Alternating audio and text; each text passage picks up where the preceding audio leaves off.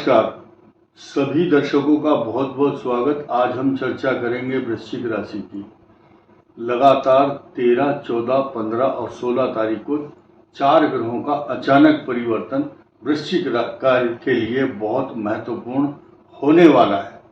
और ऐसी स्थिति में जब आपकी राशि का स्वामी खुद 12वें स्थान में चला गया तो किन किन नुकसान, किन किन चुनौतियों का सामना आपको करना पड़ सकता है, ये देखने वाली बात होगी। इसलिए इस वीडियो को थोड़ा सा ध्यान से आप देखेंगे। और मुख्य बात क्या है, जितने भी वृश्चिक राशि वाले दर्शक हैं बहुत बुद्धिमान हैं और बड़े बड़े पदों पर हैं। उन पदों का नाम लेना टाइम वेस्ट करना है। मुझे मालूम है हमारे दर्शक doctor, professor, engineer, technocrats, bureaucrats तथा बहुत अच्छे एस्ट्रोलॉजर हैं। और हर व्यक्ति इस बात को मन में रख करके वीडियो देखता है कि कहीं मेरे मतलब का कोई शब्द ना बोला जाए, हो सकता कोई बात मेरे पल्ले पड़ जाए या वो बात मेरे मतलब की हो। लेकिन आज इस बात को लेकर के हम बहुत गंभीर हैं कि वृश्चिक के लिए, वृश्चिक इमोशनल राशि है, बहुत चुनौती स्वीकार करती है, जिद्दी स्वभाव भी है और अपनी उस कंपेन को, जुनून को, पैशन को, ये अपने लक्ष्य को अचीव करना जानते हैं। ध्यान रखना, हमेशा अपने आप को कमजोर नहीं मानना। मन से इमोशनल होते हैं, मुझे पता है कि चंद्रमा नीच राशि में है, लेकिन आपको ध्यान देना होगा। ये सारे पॉइंट कवर करता है। 16,000 पॉइंट पता चलते हैं इससे। अब 16,000 में 8-9 तो ऐसे हैं हर आदमी के काम की चीज है। क्या क्या? नंबर 1, हर आदमी को एजुकेशन लेनी है। एजुकेशन इसलिए लेता आदमी की नौकरी करनी है, तो नौकरी जरूरी है। संतान उत्पन्न हो, इसके लिए विवाह करता है। और साथ ही साथ अच्छी हेल्थ हो, हेल्थ ठीक रहेगा तो आगे बढ़ पाएगा स्वास्थ्य। इसके अलावा आपके मार्ग में आने वाले कष्ट, परेशानी, दुविधाएं, और जब संसार में रहेगा तो अच्छे बुरे काम सब होते हैं। और कुछ ईर्ष्यालु लोग आपकी उन्नति से, आपके पहनावे को देखकर, आपके आचार विचार व्यवहार और आपके अच्छे कामों को देखकर जो जलन होती है, ईर्ष्या होती है, उस ईर्ष्या से जले और भुने हुए लोग वो आपको सुखी नहीं देखना चाहते। इसलिए आज की तारीख में तो ये सब चल ही रहा आपके साथ, क्योंकि यहाँ केतु और यहाँ राहु किसी भी दृष्टि से न्यायोचित नहीं कह सकते। लेकिन फिलहाल हम एक एक चीज को कवर करने की कोशिश करेंगे।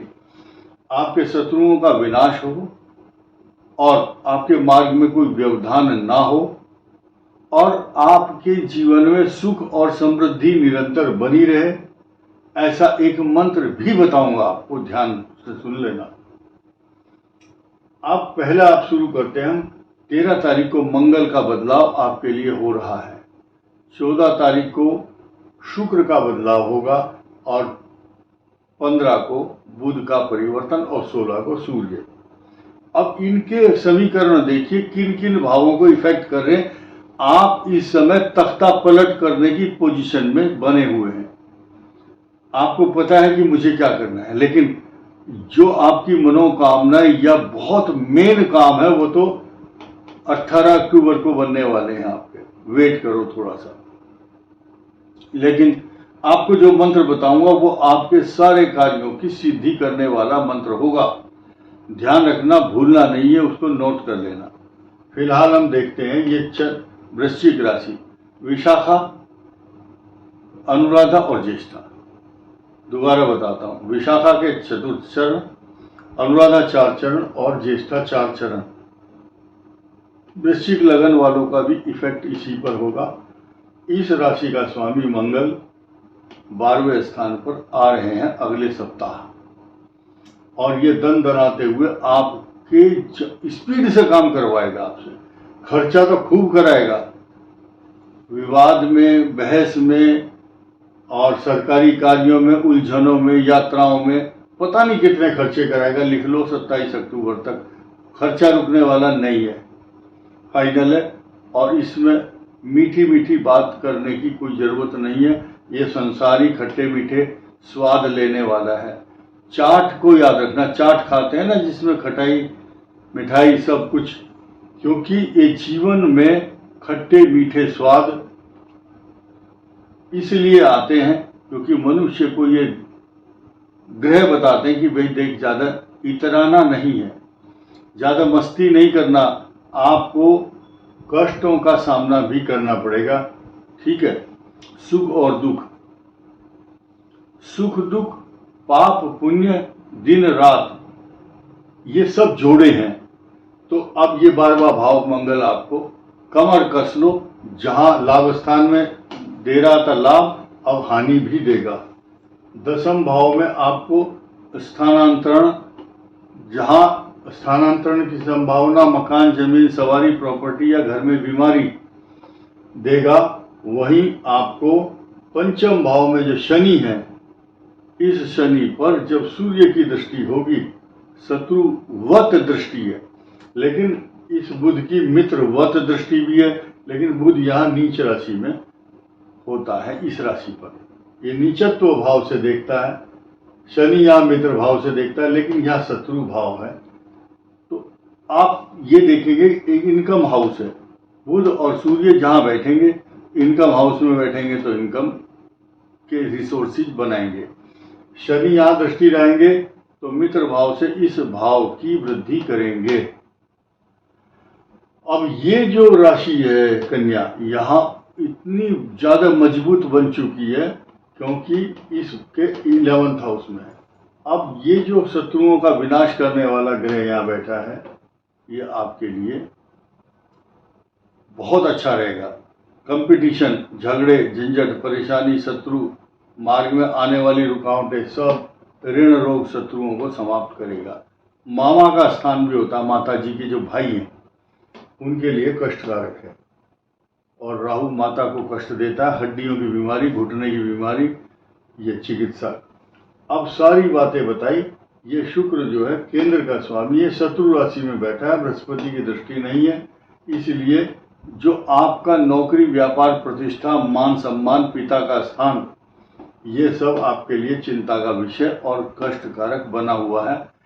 जिनके प्रमोशन ड्यू है, थोड़ा सा लेट हो सकते हैं, जल्दबाजी मत करो, अगले वर्ष तो प्रमोशन होगा ही होगा, क्योंकि आपके फेवर में सारे समीकरण जून 2026 के बाद शुरू हो जाएंगे। बृहस्पति आपके भाग्य स्थान में परमानेंट यहाँ पर रहेंगे, और इस बृहस्पति की दृष्टि 5वें भाव पर भी होगी, तो आपके यहाँ संतान का योग बनेगा। लेकिन जिनको संतान चाहिए उनको मिलेगी। कुछ लोग ऐसे हैं जिनके विवाह ही नहीं हुए, संतान कहाँ से होगी। अब उनकी मैरिज की बात कर लेते हैं।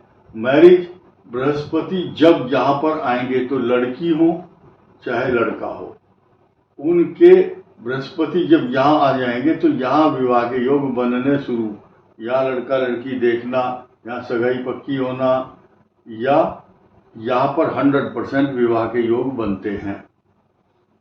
इसलिए आपको ऐसा उपाय बता रहा हूँ जैसे शुरू में बताया था कि जो संतान से संबंधित समस्याएं, हेल्थ, नौकरी, व्यापार, प्रतिष्ठा, शत्रुओं से आप पीड़ित हैं, तो ये सारी चीजें, आपका करियर, आपकी नौकरी, आपके मार्ग में आने वाले व्यवधान, जब जब इस प्रकार की पीड़ा आपको आती है तो आप देखेंगे जो 8वां भाव है और एकादश, इन दोनों के स्वामी बुध हैं। बुध ये कष्ट देता है, तो बुध कष्ट दे रहा है तो निवारण कौन करेगा? तुम ही ने दर्द दिया है, तुम ही दवा देना, दवा भी यही देंगे। तो बुध के जो स्वामी है वो है भगवान गणेश। गणेश जी आराध्य देवता हैं, इस सृष्टि के सबसे पहले पूजित, उनकी पूजा होती है। तो 2 मंत्र याद रखिए, ओम गम गणपते नमः या ओम वक्रतुंडाय नमः। इस मंत्र को जाप करने के बाद तथा कृष्ण पक्ष के अंदर जो चतुर्थी आती, गणेश चतुर्थी, उस दिन 5 लड्डू तथा दूब घास भगवान गणेश को अर्पण करें।